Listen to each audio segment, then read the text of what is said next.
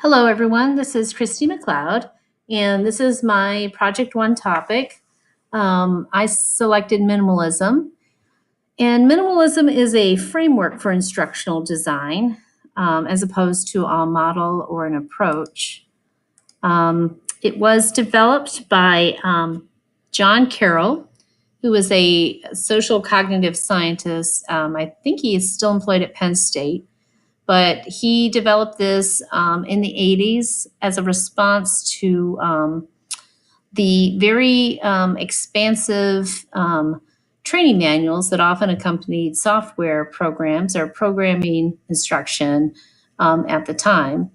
And this is based on the idea that that you want to minimize the extent to which instructional materials obstruct learning and focus the design on activities that support learner-directed activities and goals. So there are four major principles of the minimalist design framework. The first is to choose an action-oriented approach. Carroll felt that all learning tasks should be meaningful and self-contained and be self-contained activities. He felt that you should anchor the tool in the task domain, so learners should be given realistic projects as soon as possible. That you want to support error recognition and recovery, so you should permit self-directed reasoning, improvising, and that you should have a lot of active learning opportunities. And that there should be, it says support reading, to do, study, and locate. There should be a close linkage between the training and the actual system that the user is learning. They want you to, be brief, don't spell everything out. One of the examples of this, so there was a training manual for learning how to use a word processor, and Carroll developed 25 cards to replace a 94-page manual. Each card had a task, and there was, error recognition and recovery information for that task. And there wasn't each card didn't have step-by-step instructions, just kind of key ideas or hints about what to do. And in an experiment, they compared, users that used the cards versus those that had the manual, and users using the cards were able to learn the task in about half the time than they did with the manual. Kind of like this sort of quick start guide. When we're learning something new, there's a tendency to want to just get your hands on it, just jump in and start using it. And this design framework supports that concept. So the orientation for this framework is descriptive. The designer, creator of this theory says that there's no deductive theory of minimalist instruction. You can't just crank out a training manual if I give you a set of principles. It's much more customized. The type of knowledge is procedural, since it was primarily designed for software or computer system instruction. So there are definitely specific steps and actions that you need to take to achieve a certain goal. But the method for getting to that goal can vary, and even the goals themselves can also vary. It has its roots, minimalism has its roots in constructivism from Piaget and others. And it incorporates testing with users to determine what activities are important, and then uses that information to direct the development of the training.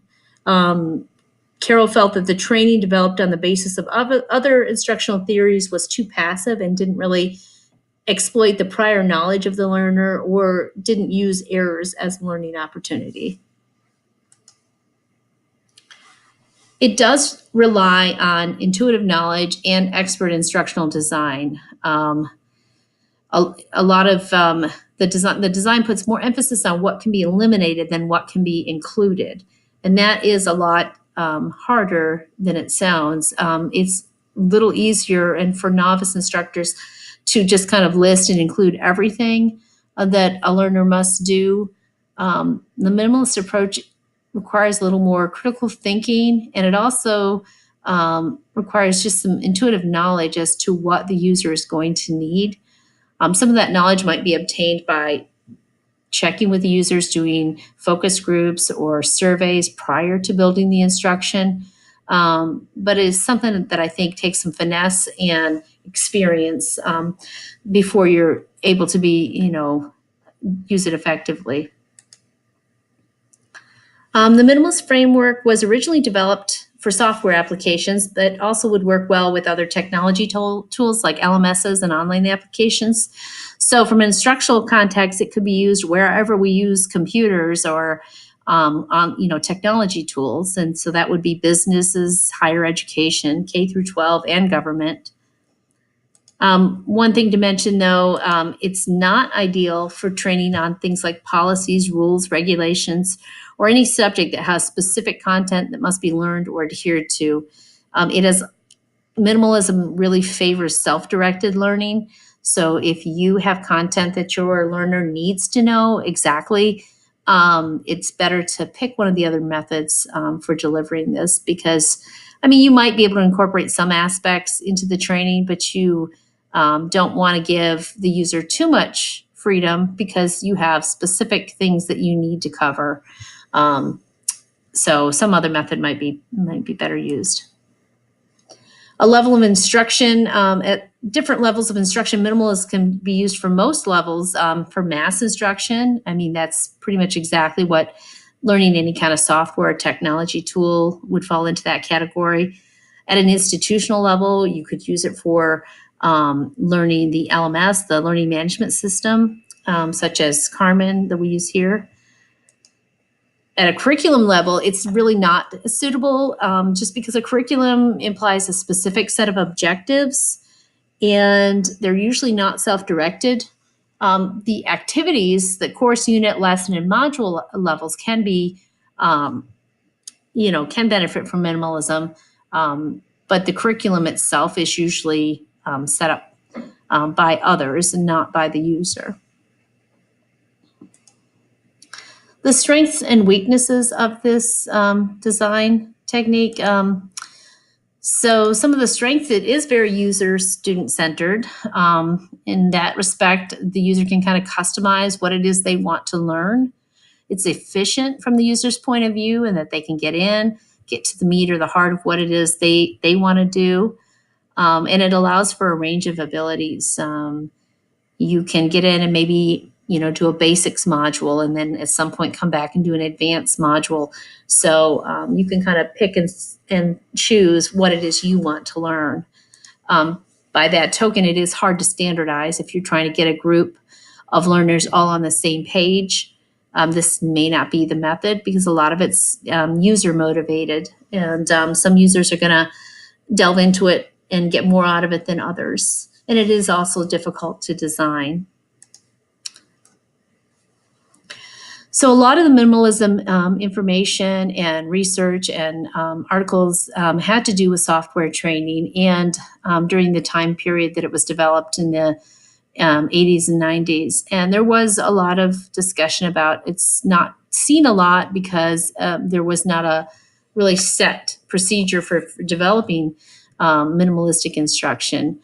So this article was kind of good to see because they talked about sort of the general principles and how you could incorporate it into pretty much any online learning.